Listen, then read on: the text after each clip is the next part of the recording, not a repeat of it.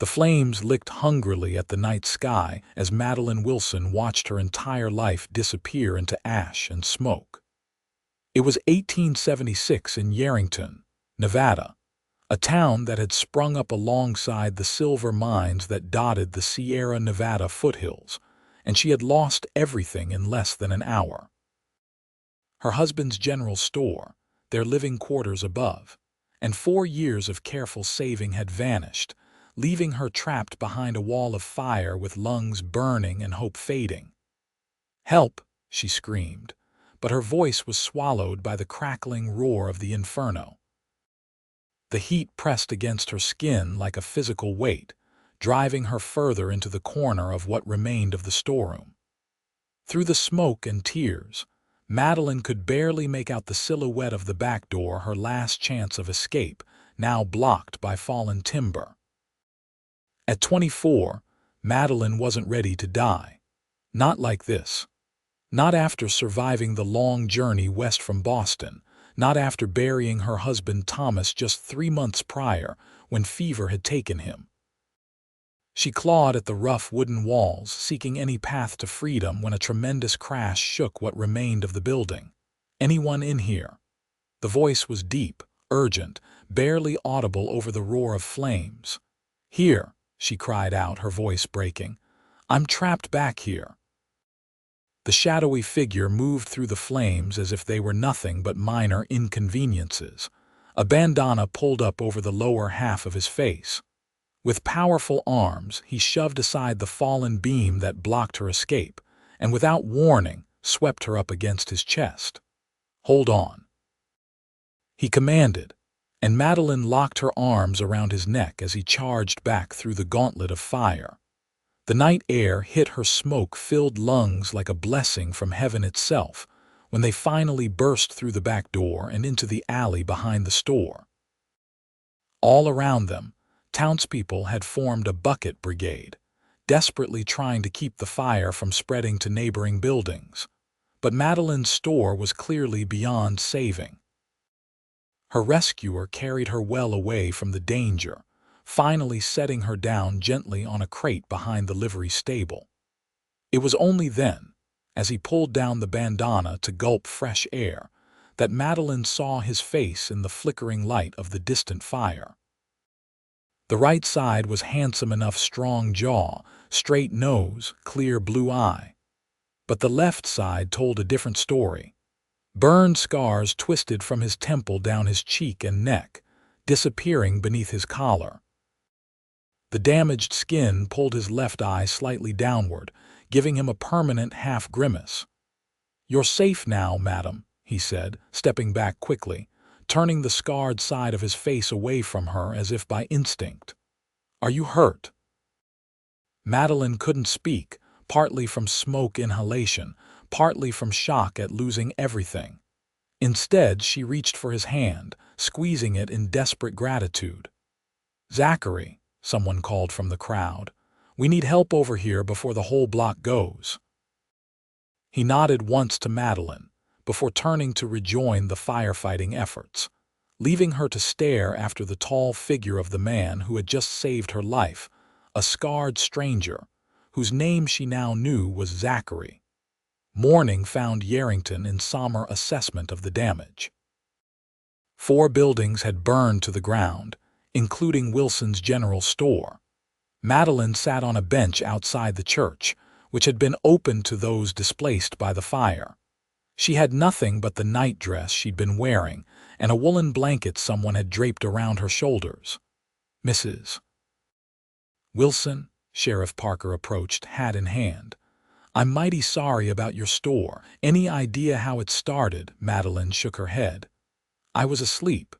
By the time I woke, the front of the store was already engulfed."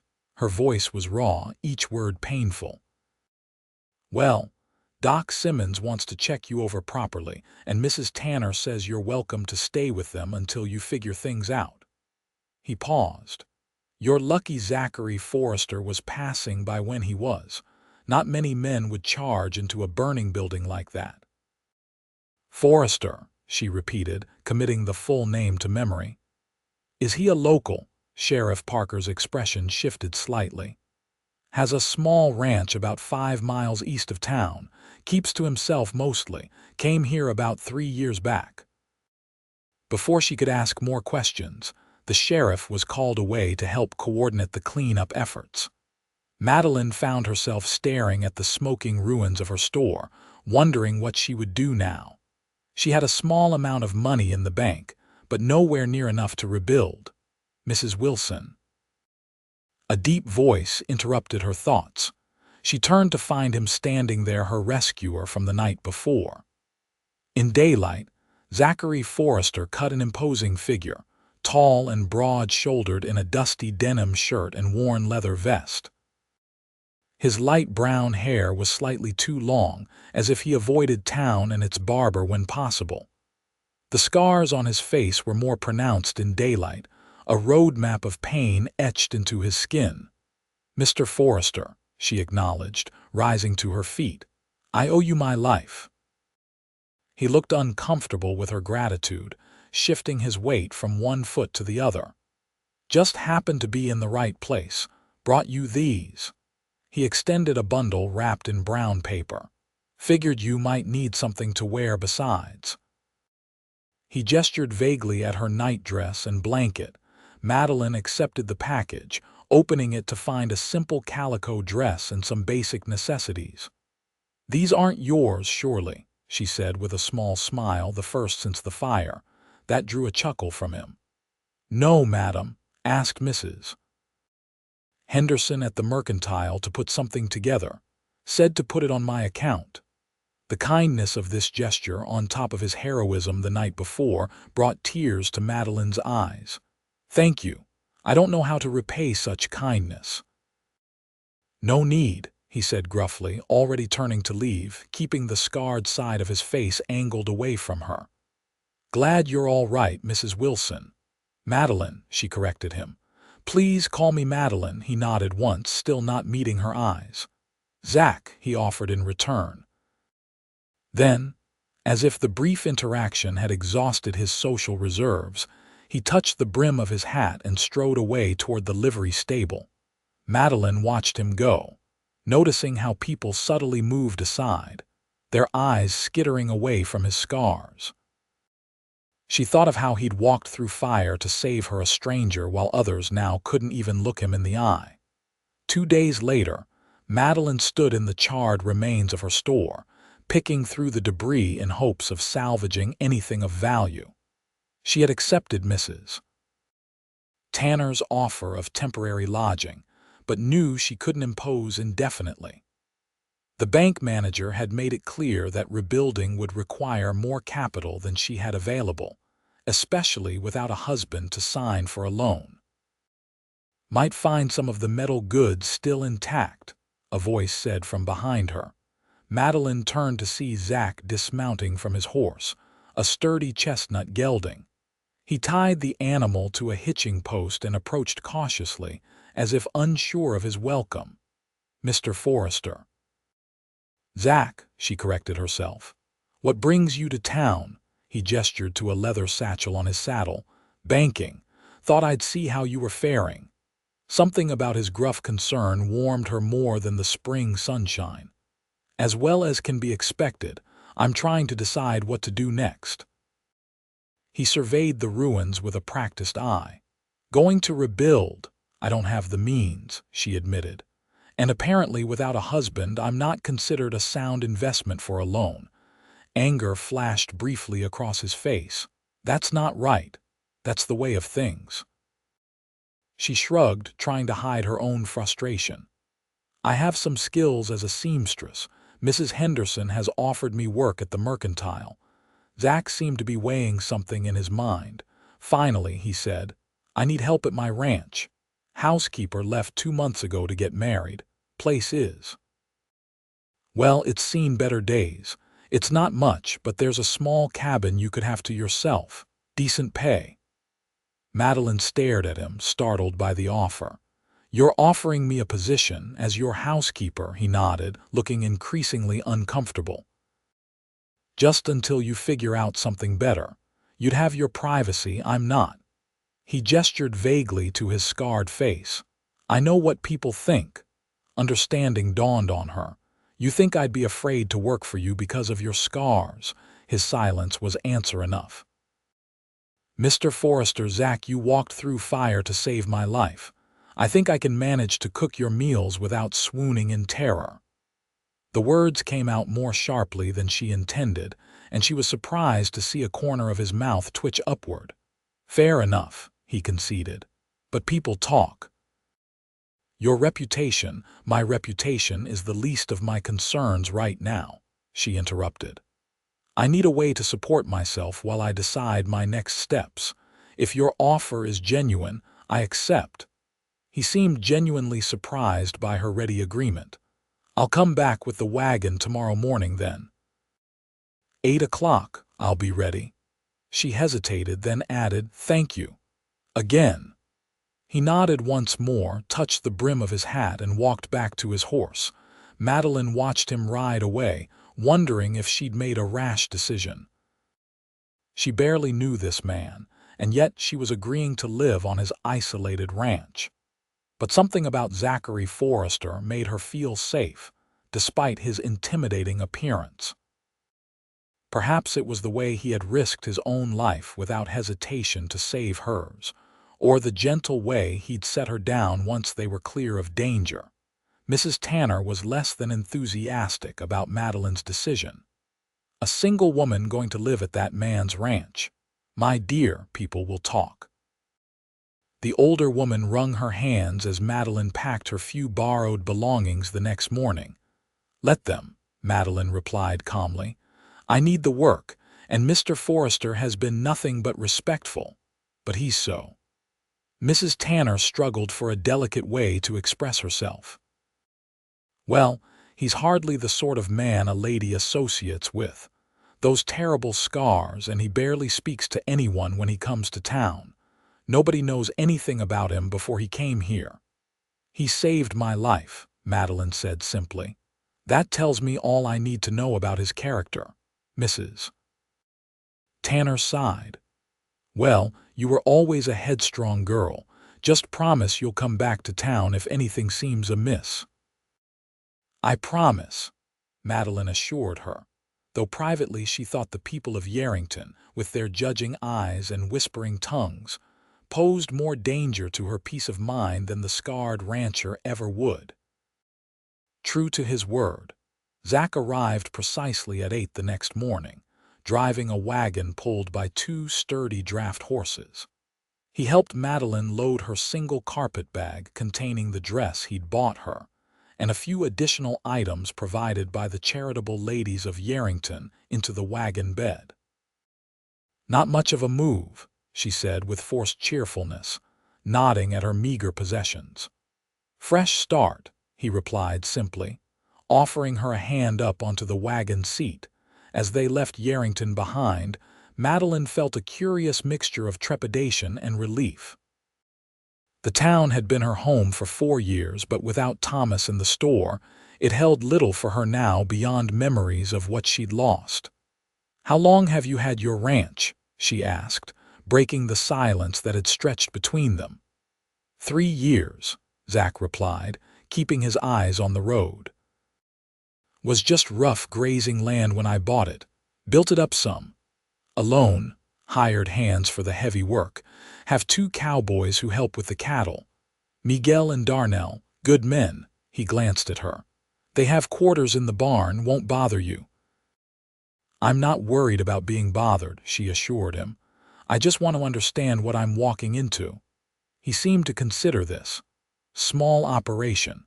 30 head of cattle, some horses, chickens, vegetable garden, but it's gone wild since Mrs. Potts left. He hesitated.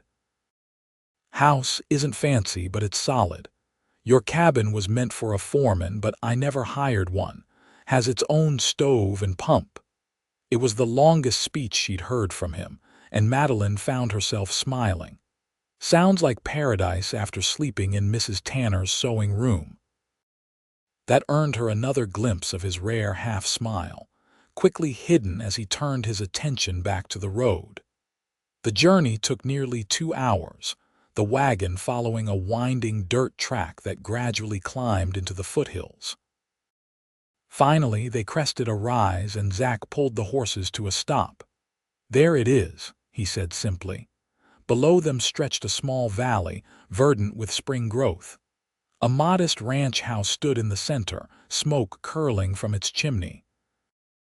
A large barn and several smaller outbuildings clustered nearby, and beyond them, fenced pastures where cattle grazed. A small creek ran through the property, its banks lined with cottonwoods. Off to one side, perhaps 100 yards from the main house, stood a smaller cabin. "It's beautiful," Madeline said truthfully. After the cramped confines of the rooms above her store in town, the openness of the valley felt like taking a deep breath after being underwater.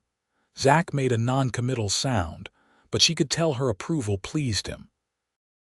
He flicked the reins and the horses started down the slope toward the ranch. As they approached, Madeline noticed the details Zach had glossed over.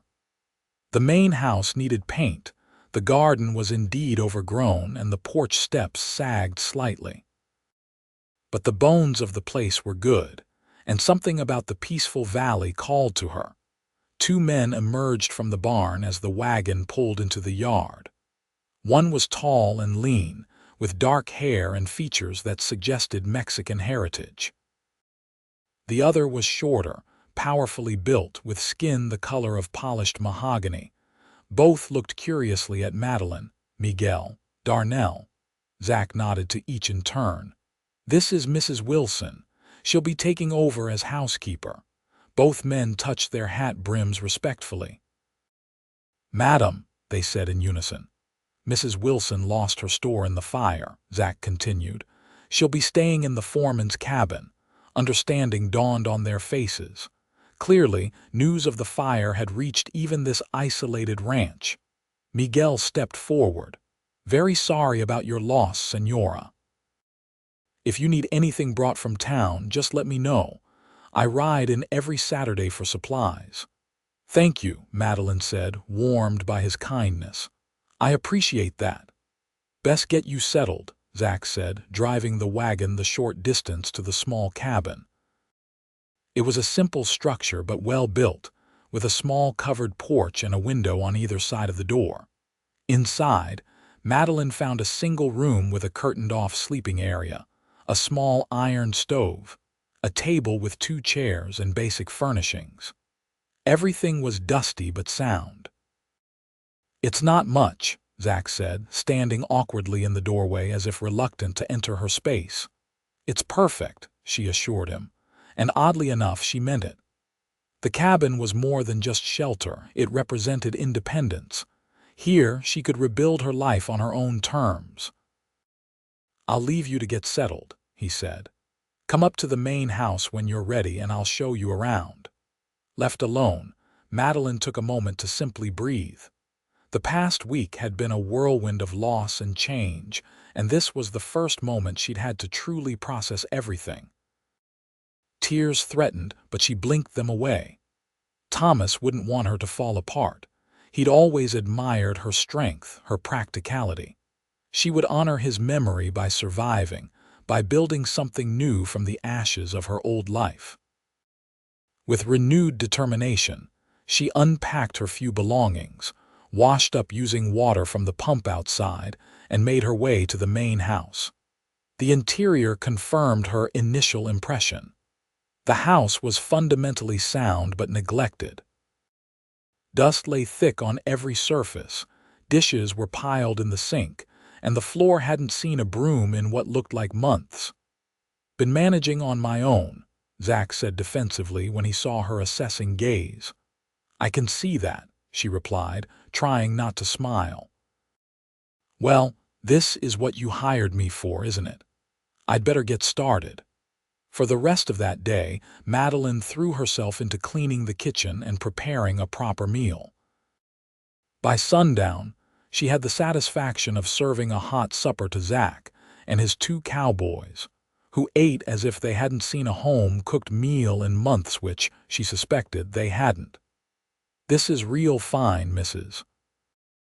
"Wilson," Darnell said, helping himself to seconds of the stew she'd managed to put together from the sorry state of Zach's pantry. "Boss man didn't mention you could cook like this." "Boss man didn't know," Zach said, the ghost of a smile playing around his mouth as he broke off another piece of cornbread. Madeline felt a strange flutter in her chest at that almost smile. She busied herself with clearing empty plates, uncomfortable with her reaction.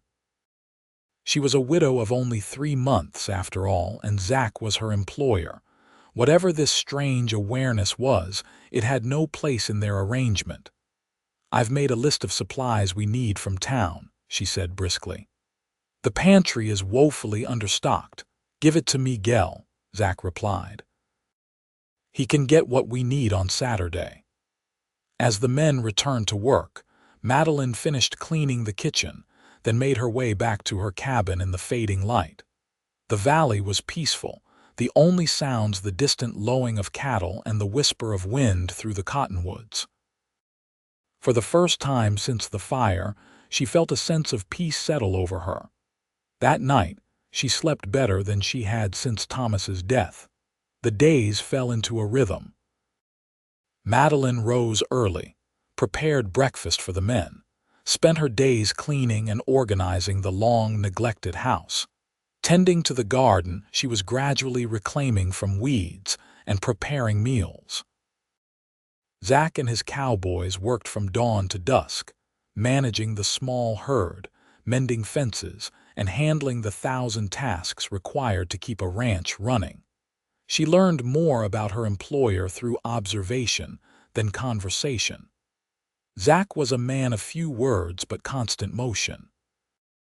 He worked alongside his men rather than above them, tackling the most difficult tasks himself. He was fair, patient, and surprisingly gentle with animals. The horses, in particular, seemed to respond to him, even the most skittish ones calming under his quiet handling. What she couldn't learn through observation, she gleaned from Miguel and Darnell, who were far more talkative than their boss. Miguel had worked for Zach since he first bought the ranch, while Darnell had joined a year later. "Boss saved my hide," Darnell told her one evening as she served coffee on the porch after supper. "Got in a scrape in town. Some fellows didn't take kindly to a colored man standing his ground. Mr. Forrester stepped in, took me on when nobody else would hire me." "He's a good man," Miguel agreed. "Doesn't care where you come from or what you look like, just cares that you work hard and treat others right." Madeline glanced toward the barn where Zach was checking on a mare about to foal. "How did he get his scars?" she asked quietly. It was a question that had burned in her mind since the night of the fire. The two men exchanged glances. "Not our story to tell," Miguel finally said, "but I will say this: those scars go deeper than his face." It was nearly 2 weeks before Madeline had the courage to ask Zach directly. They were sitting on the porch after supper, Miguel and Darnell having retired to their quarters in the barn. It was a habit they'd fallen into these quiet evenings, watching the sunset paint the valley in gold and crimson. "Why did you go into that burning building?" she asked suddenly. "You could have been killed." Zach was silent for so long she thought he might not answer. "Couldn't stand by and watch," he finally said. "Not again." The word "again" hung between them, heavy with unspoken history. Madeline waited, sensing he might say more if she gave him space. "Lost my family to fire," he said at last, his voice so low she had to lean closer to hear. "Farm in Missouri. I was 19, working late in the fields, saw the smoke." He swallowed hard. "Got there too late, tried to get in but the roof collapsed." "Got these," he gestured to his scarred face, "for my trouble. But couldn't save them. Mother, father, little sister." Madeline's heart constricted. "I'm so sorry," she whispered. He shrugged, the motion stiff with old pain. "Left after that, drifted west. Worked ranches in Colorado, then Nevada. Saved enough to buy this place." His jaw tightened. When I saw your store burning, heard someone might be inside. Couldn't stand by. Not this time." Without thinking, Madeline reached out and placed her hand over his where it rested on the arm of his chair. His hand flinched but didn't pull away. They sat like that, connected by touch and shared understanding of loss, until the last light faded from the sky. Spring deepened into summer, and with it came changes to the ranch. Under Madeline's care, the garden flourished, providing fresh vegetables for their table. The house transformed from a dusty bachelor dwelling to a clean, orderly home. She sewed curtains for the windows from fabric Miguel brought from town, planted flowers along the walkway, and gradually brought warmth back to spaces long cold. More subtly, Zach began to change as well. He still worked from dawn to dusk, but he no longer ate hurriedly before disappearing into the barn or his room. Instead, he lingered at the table, gradually joining in the conversations that flowed between Madeline, Miguel, and Darnell. Occasionally, Madeline even coaxed a full laugh from him, a rich, deep sound that seemed to surprise him as much as everyone else. One scorching July afternoon, Madeline was hanging laundry when she heard a commotion from the pasture. Looking up, she saw Zach and Darnell racing toward the creek, where one of the young calves had apparently wandered into deep water and was struggling to stay afloat. Without hesitation, Zach plunged into the water, grabbed the thrashing calf, and guided it toward the shore where Darnell waited to help pull it out. The rescue successful, man and beast emerged dripping and muddy, the calf bawling indignantly while Zach stood laughing in the sunlight, water streaming from his clothes. Madeline found herself frozen, laundry forgotten in her hands, struck by the transformation. With his guard down, face alight with triumph and amusement, Zach was handsome, scars and all. The realization hit her with physical force, and she quickly turned back to her task, confused by her reaction. That evening, Zach approached her as she sat on her cabin porch, enjoying the cooler air after the hot day.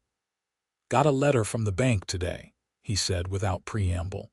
"They're willing to extend credit for some improvements to the ranch. Thought you might have ideas about what the house needs." Madeline looked up in surprise. "Me? It's your house, Zach." He shifted uncomfortably.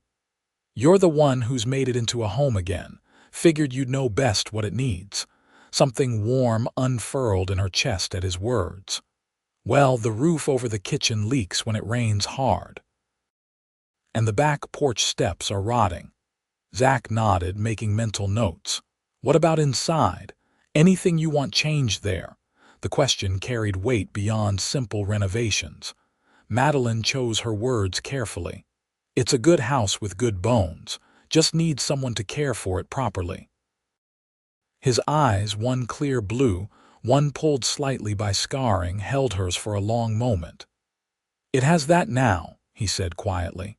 Before she could respond, a rider appeared at the edge of the property, kicking up dust as he approached at speed. Zach straightened, immediately alert. "Stay here," he instructed, striding toward the main house where his rifle leaned against the wall. The rider turned out to be a young man from a neighboring ranch, bringing urgent news. A wildfire had started in the hills to the east and was moving their way, driven by strong winds. All available men were needed to create fire breaks before it reached the settled valleys. "Miguel, Darnell," Zach called, already moving toward the barn. "Fire in the East Hills, need to ride out." The ranch burst into organized chaos as the men prepared to leave, gathering tools and filling canteens. Madeline helped where she could, packing food and bandages, fear knotting her stomach. The memory of being trapped in her burning store was still vivid, the terror of helplessness fresh. "Should be back by morning," Zach told her as he mounted his horse. "If the wind shifts and the fire comes this way, take the wagon and head for town. Don't wait." "Be careful," she said, reaching up to touch his arm. "Please." He covered her hand with his briefly. "I will, promise."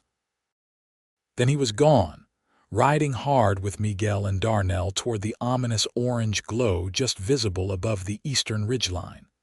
Night fell, but sleep was impossible. Madeline paced between her cabin and the main house, watching the distant hills where the fire's glow had intensified.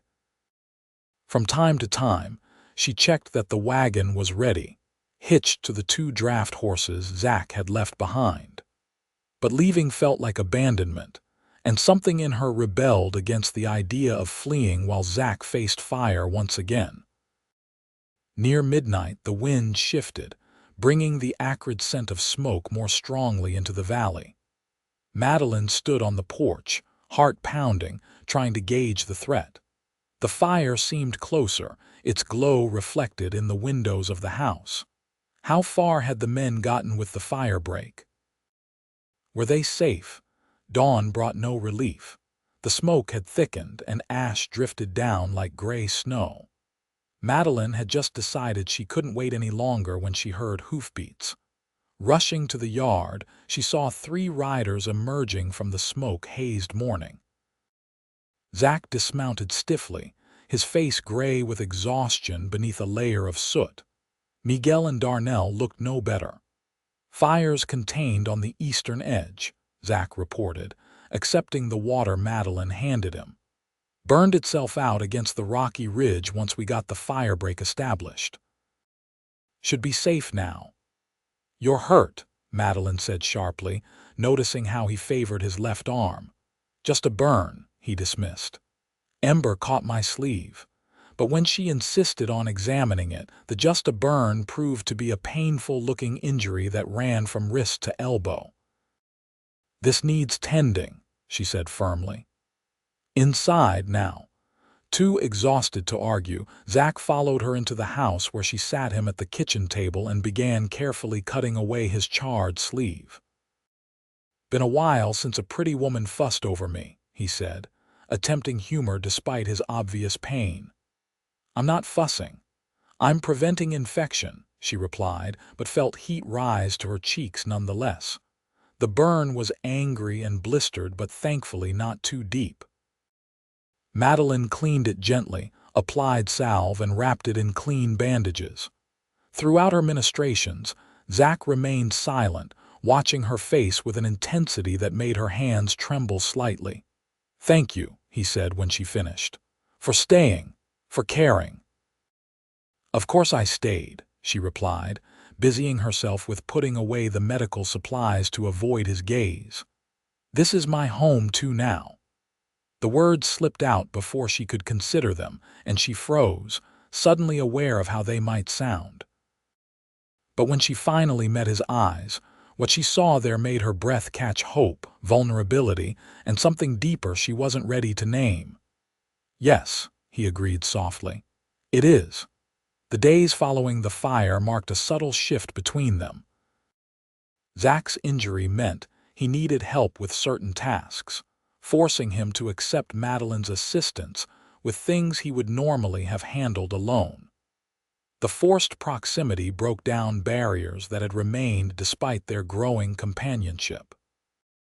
One evening, as Madeline changed the bandages on his arm, she found herself studying his scars more openly than she had dared before.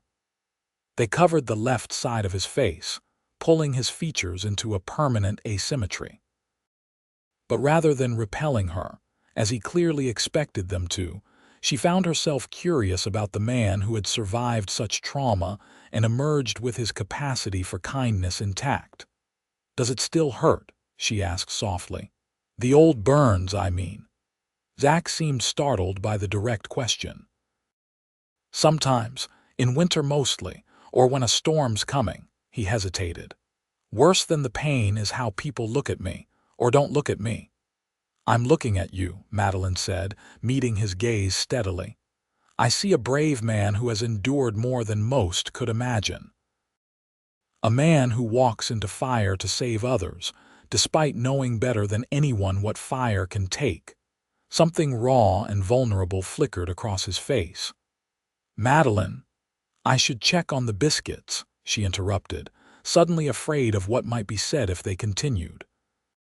She rose quickly and moved to the stove, aware of his eyes following her movement. That night, in the solitude of her cabin, Madeline confronted the truth she'd been avoiding for weeks. She was falling in love with Zachary Forrester.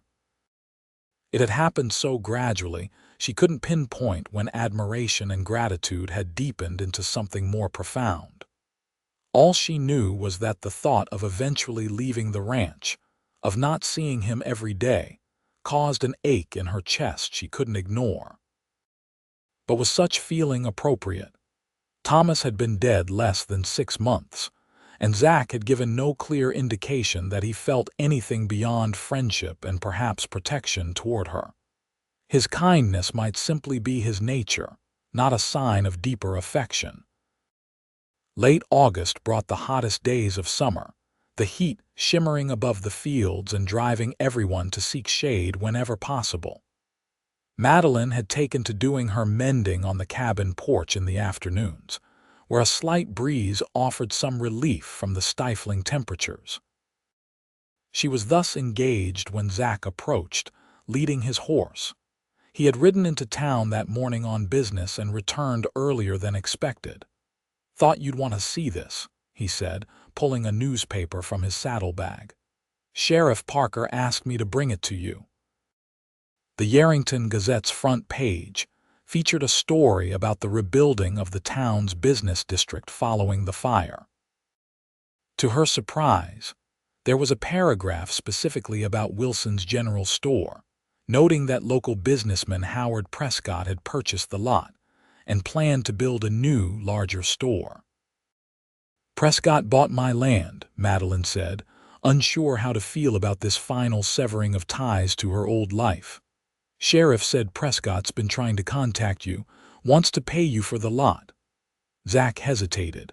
"It's a fair offer, according to Parker. Enough to start over somewhere else if you wanted." The implication hung between them. With money from the sale, Madeline would no longer need the position at the ranch. She would be free to leave to build a new life elsewhere. "I see," she said carefully. "And what do you think I should do?" Zach looked away, his expression unreadable. "That's not for me to say. You've got choices now you didn't have before." "And if I chose to stay," his eyes snapped back to hers, searching. "As housekeeper," Madeline gathered her courage. "Is that all I am to you, Zach, your housekeeper?" The question hung in the hot, still air between them. Zach's face worked through a series of emotions: surprise, hope, uncertainty, fear. "No," he finally said, his voice rough. "You're a lot more than that, Madeline, but I never expected, never thought you might want to stay." "Not with," he gestured to his scarred face. "Your scars don't frighten me," she said softly. "They never did." "They should," he replied bitterly. "I'm half a man, broken. You deserve better. Better than a man who risked his life to save mine. Better than someone who rebuilt his life from ashes, just as I'm trying to do." Madeline shook her head. "There is no better man than you, Zachary Forrester." Before he could respond, Miguel's voice called from the main house, some question about the cattle that needed immediate attention. Zach looked torn, then touched her arm briefly. "We need to finish this conversation," he said. "Tonight." Madeline nodded, her heart pounding as she watched him stride away. Had she been too forward, too presumptuous? But the look in his eyes had given her hope that her feelings might not be one-sided after all. That evening, after the others had retired, Zach found her sitting on the porch of the main house, watching as the first stars appeared in the darkening sky. "Walk with me," he asked, offering his hand. She placed her hand in his and allowed him to lead her toward the creek, where the cottonwoods rustled softly in the evening breeze. They walked in silence until they reached a small clearing by the water's edge, a peaceful spot where the creek widened into a small pool. "I come here to think," Zach said, releasing her hand reluctantly. When things get tangled in my head. And are things tangled now? She asked. He nodded, gazing out at the water. When you came here, it was meant to be temporary. A way for you to get back on your feet and for me to get my house in order. He turned to face her. I never expected to feel what I've come to feel for you. Madeline's heart quickened. And what is that exactly? I think I'm in love with you, he said simply. Have been for weeks now. But I had no right to speak of it. You're a widow still grieving and I'm... He trailed off, gesturing to his scars. A good man, she finished for him. A brave man. A man I've come to care for deeply. Hope flared in his eyes, but doubt quickly followed. Caring isn't the same as loving. I wouldn't blame you if you couldn't. If these scars... Madeline stepped closer, raising her hand to his face. Gently, she traced the path of the scars that curved from his temple down his cheek. His breath caught, and he stood perfectly still, as if afraid any movement might shatter the moment. These scars are part of you, she said softly. They're the marks of your courage, your survival. They're brave, Zach. And yes, I love the man who wears them. For a long moment, he simply stared at her, disbelief warring with hope in his expression. Then, slowly, giving her every chance to pull away, he bent his head and kissed her. It was a gentle kiss, tentative and questioning, but Madeline's response left no room for doubt. She leaned into him, her arms slipping around his neck as the kiss deepened, becoming a declaration that needed no words. When they finally broke apart, Zach rested his forehead against hers, his breath uneven. "Marry me," he whispered. "Stay not as my housekeeper, but as my wife." "Yes," she answered without hesitation. "Yes, I'll marry you." His smile, then full and unguarded, transforming his scarred face with joy, was the most beautiful thing Madeline had ever seen. They were married in early October, when the aspen trees on the hillsides had turned to gold, and the air carried the first hints of the coming winter. The ceremony was small, held in the Yerington church with only a handful of guests, Miguel and Darnell, of course, along with Doc Simmons, Sheriff Parker, and a few others from town who had been kind to Madeline after the fire. Mrs. Tanner attended, though she still clearly had reservations about the match. "Are you certain about this, my dear?" she had asked when Madeline invited her. "It's all happened so quickly, and he's so..." "He's the man I love," Madeline had replied simply. "And who loves me, that's all that matters." After the ceremony, they returned to the ranch, their ranch now, truly. Zach carried her across the threshold of the main house with Miguel and Darnell cheering them on, and when the two cowboys tactfully made themselves scarce, husband and wife were left alone to begin their new life together. Later, as they lay tangled in each other's arms, Madeline traced the scars on Zach's chest marks she now knew the story behind, each one a chapter in the book of the man she had married.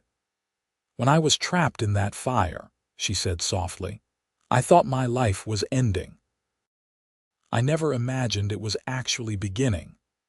Zach pulled her closer, pressing a kiss to her forehead. "For both of us," he agreed. "You brought light back into my life, Madeline. I'd forgotten what it felt like to be happy." Life on the Forrester ranch settled into new rhythms as autumn deepened toward winter. With the money from the sale of her town property, Madeline and Zach were able to make significant improvements to the ranch house and expand their cattle operation. Miguel and Darnell continued to work for them, though their roles evolved as the ranch grew more prosperous. Madeline discovered she had a talent for the business side of ranching, keeping the books and helping Zach negotiate better prices for their cattle. Together, they made a formidable team, each bringing different strengths to their partnership. Their first Christmas together transformed the ranch house into a haven of warmth and celebration. Madeline decorated with pine boughs and red ribbons, filled the house with the scent of baking, and insisted on gifts for everyone, including Miguel and Darnell. Zach, who had spent the previous 3 Christmases alone with his grief, found himself rediscovering the joy of the season through his wife's enthusiasm. "Never thought I'd have this again," he confessed on Christmas Eve as they sat before the fire. "A family. A home that feels like one." Madeline smiled, a secret playing at the corners of her mouth. "Well, you'd better get used to it. Our family is going to get a little bigger in about 7 months." Zach stared at her for a moment, uncomprehending. Then understanding dawned and his face transformed with wonder. "A baby." "We're having a baby," she nodded, laughing as he swept her into his arms, his joy too big for words. The news of the coming child cemented Zach's happiness and brought new purpose to his days. He worked with renewed vigor, determined to create the best possible world for his child to grow into. The broken, solitary man who had once avoided town and kept to himself gradually gave way to a husband and father-to-be who engaged with life fully, scars no longer defining him. In late June of 1877, Madeline gave birth to a healthy son they named Thomas Zachary Forrester, honoring both her first husband's memory and his father. Little TZ, as he soon came to be called, had his father's blue eyes and his mother's determined spirit. From his earliest days, he showed no fear or hesitation around his father's scarred face, reaching for Zach with complete trust and love. "He doesn't see the scars," Zach marveled one evening as he cradled his sleeping son. "To him, this is just his father's face." "Children see with clearer eyes than adults," Madeline replied, leaning against his shoulder. "They see what's real, not what's on the surface." As TZ grew from infant to toddler to young boy, the ranch flourished alongside him. Zach's careful management and Madeline's business acumen allowed them to purchase additional land, increasing their herd and hiring more hands. The Forrester brand became known throughout the territory for quality stock and fair dealing. In 1880, they welcomed a daughter, Elizabeth Grace, a delicate beauty with her father's quiet intensity. Unlike her boisterous brother, Lizzie observed the world carefully before engaging with it, but once she decided something was worth her attention, her focus was unwavering. By the time TZ was 6 and Lizzie 3, the Forrester Ranch had become one of the most successful operations in the county. The house had been expanded, the barns rebuilt, and what had once been Madeline's cabin was now a schoolroom where she taught not only her own children, but also those of their ranch hands. One summer evening, as they sat on the porch watching their children play with the ranch dogs in the twilight, Zach took Madeline's hand. "You ever regret it?" he asked quietly. "Marrying a scarred rancher instead of starting over in town?" Madeline squeezed his hand. "Not for a single moment. That fire took everything I thought I needed, but it led me to everything I truly wanted." She leaned over to kiss him, her lips brushing across the scars she had long ago stopped seeing as anything other than a part of the man she loved. "Besides, I've always had a weakness for brave men." Zach chuckled, pulling her closer. "And I've always had a weakness for stubborn women who aren't afraid to touch a monster's scars." "Not a monster," she corrected him, as she always did when he fell back on old habits of self-deprecation. "A hero. My hero." In the golden light of the setting sun, with their children's laughter floating on the evening air, Zachary Forrester wrapped his arms around the woman who had seen beyond his scars to the man beneath, the woman who had given him a second chance at family and love. Together, they had built a life from the ashes of their separate tragedies, proving that sometimes the most devastating fires can forge the strongest bonds. Years continued to pass, each one adding new chapters to the Forrester family story. TZ grew into a tall, confident young man with his father's way with horses and his mother's head for business. By 18, He was already taking on significant responsibilities at the ranch, eager to prove himself worthy of the legacy his parents had built. Lizzie, at 15, was the scholar of the family, devouring every book she could get her hands on and dreaming of attending university in the East, a dream her parents fully supported, though Zach privately worried about his daughter venturing so far from home. The 1890s brought changes to Nevada and to ranching. The silver mines that had once been the backbone of the state's economy were producing less, while cattle ranching faced new challenges from changing markets and severe droughts. Many smaller ranches failed, their owners forced to sell out to larger operations or abandon ranching altogether. The Forresters weathered these challenges better than most, thanks to their diversification into horse breeding and Madeline's careful financial management. Still, there were lean years when they had to tighten belts and work harder than ever just to hold onto what they'd built. Through it all, the bond between Zach and Madeline only deepened. The passionate love of their early marriage had matured into something richer and more complex, a partnership of equals who had faced life's trials together and emerged stronger for it. In 1896, 20 years after the fire that had brought them together, they celebrated their anniversary with a gathering that brought friends from miles around to the ranch. Miguel, now the ranch foreman with graying hair and a wife of his own, raised a toast to the bravest man and stubbornest woman I ever did meet. Darnell, who had eventually left to start his own small ranch but remained a dear friend, added, and to the fire that burned down a store but built up a family. That night, after the guests had departed and their grown children had retired to their rooms, Zach and Madeline walked arm in arm to the creek where he had proposed 2 decades earlier. The years had left their marks on both of them, silver threading Madeline's dark hair, new lines joining Zach's old scars, but in each other's eyes, they remained as they had always been. 20 years, Zach marveled, his arm around his wife's waist. When I rode into that burning building, I never imagined I was riding toward my future. And when I was trapped inside, I never dreamed my rescuer would become my husband, Madeline replied, leaning her head against his shoulder. Life has strange ways of leading us where we need to go. Even through fire, he agreed. Especially through fire, she corrected him, reaching up to trace the scars that had long ago ceased to be remarkable to her. Fire destroys, but it also refines, burns away what doesn't matter, leaves only what's strongest behind.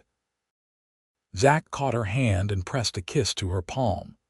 You always did see these scars differently than anyone else. I saw them for what they were, marks of courage, not disfigurement, signs of a man who faced the worst and survived. She smiled up at him, the same smile that had first begun to heal his heart all those years ago. Our children see them the same way, you know. To them, these scars are just part of who their father is, the man who taught them that true bravery isn't about not being afraid, but about doing what's right despite your fear. That wisdom came from their mother, he said, touching her cheek gently. The woman who wasn't afraid to love a scarred cowboy. The best decision I ever made, she replied, rising on tiptoe to kiss him beneath the same cottonwoods that had witnessed their beginning. Their life together was not without challenges in the years that followed. The new century brought more changes, automobiles gradually replacing horses, telephones connecting the once isolated ranches to the wider world, 2 grown children making their own paths, TZ taking over more of the ranch management, while Lizzie did indeed go east for her education. But through it all, the foundation remained solid, a love forged in fire, tested by time and proven unbreakable.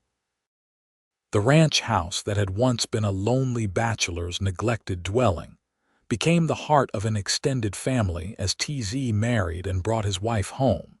As grandchildren came along to climb on Grandpa Zach's knee and listen to stories of the old days without the slightest hesitation about the scars that fascinated rather than frightened them.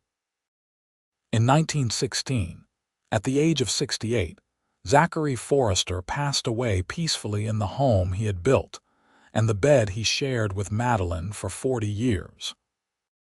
His last words were to her, a simple thank you for seeing me that encompassed a lifetime of gratitude for the woman who had looked past his scars to the man beneath.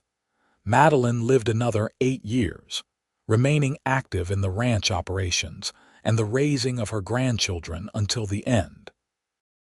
When she finally joined Zach, she was laid to rest beside him in the small family cemetery on a hill overlooking the ranch, beneath a headstone that read simply, "The fire brought us together. Love kept us that way." Their story became legend in Yerington, and throughout Nevada. The scarred cowboy and the widowed shopkeeper, who had built a dynasty from the ashes of their separate tragedies. But those who knew them remembered not the legend but the reality. Two ordinary people who found extraordinary courage in each other's arms, who proved that sometimes the most devastating fires forge the most enduring bonds, and who taught their children and their children's children that true beauty lies not in unmarked skin, but in a scarred heart brave enough to love again.